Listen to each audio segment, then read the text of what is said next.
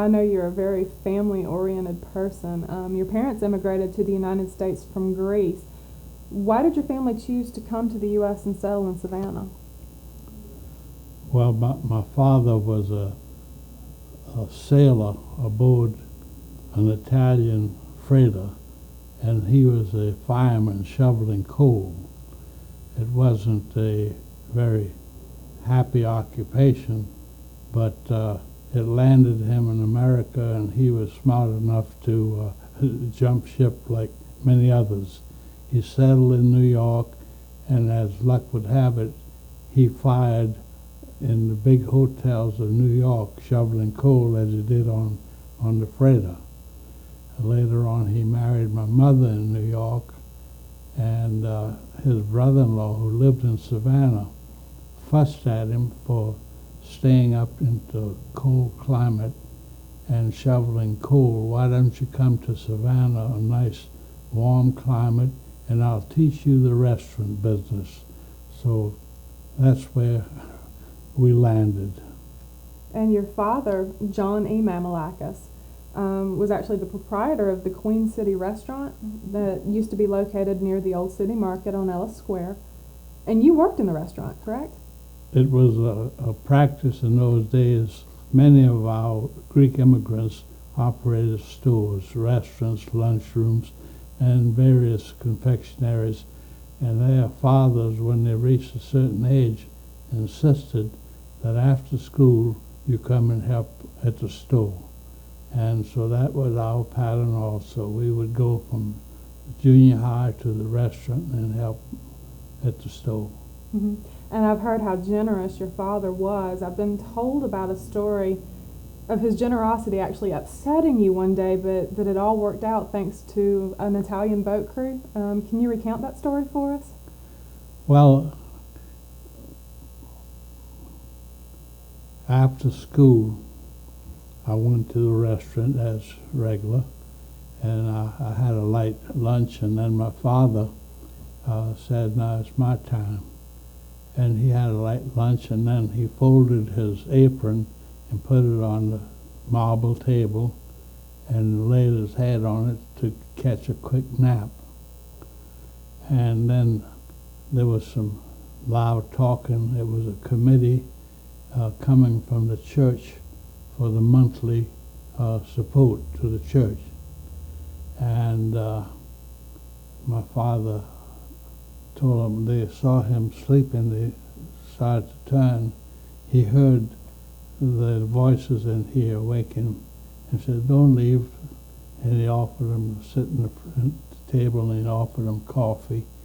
And after a while, I didn't know what they were talking about. My father beckoned me and he says, "Come over, please." And he says, "Bring me $25 from the cash register." And so I went and checked the cash register.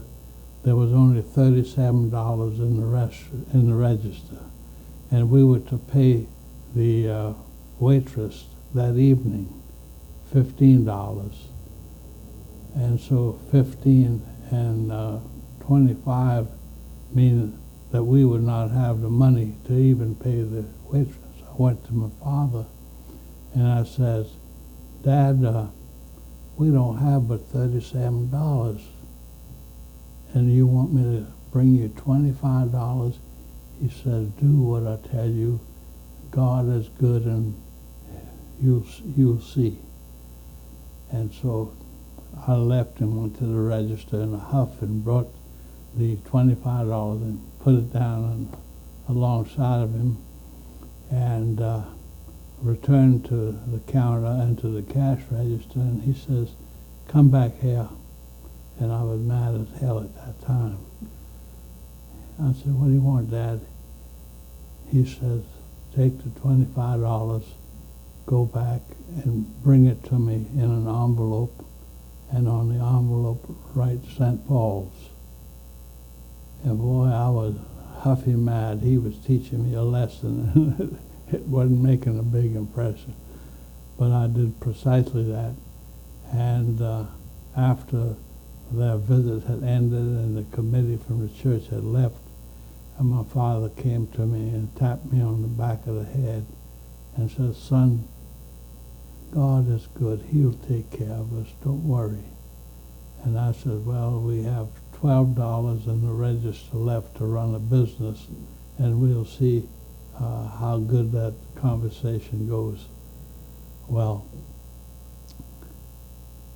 about a half an hour later, as my father prepared to leave, one of the Italian fishermen who had a stall in the city market came in with a loud Italian voice, because my father could also speak Italian because he'd worked on a freighter. And he said, "Mr. Mamalakis, I have a favor." I said, "What is it, Mr. Matthews?" He said, "I have 25 hungry Italian fishermen coming in from New York to fish the Ogeechee River for shad." It was shad season. And says they haven't eaten since they left New York on the train. And so he said, "Can you accommodate them?" My father says, "Well, we'll put something together, Miss Matthews, but you go ahead and bring them here, and I'll see that they're fed." Well, Matthews went back to finalize his arrangement with the 25 Italian fishermen, and my father went about rounding up provisions. He sent me down to the bakery to bring bread, sent me to the wholesale grocery store to get a box of macaroni, and so we were rounding up the supplies to cook for these 25 fishermen. As luck turned out, we were able to accommodate them all. They were with us for a couple of hours, and of course my father was having a picnic because he also was having some conversation in Italian with her, and so he's had some stories to tell them about his days on the Italian freighter. After they had left and we had cleaned up all of the mess, my father put on his hat, took off his apron, and walked by me, and I was sort of slumped over at the counter, a little tired and a little unhappy about him reading the register for the church committee.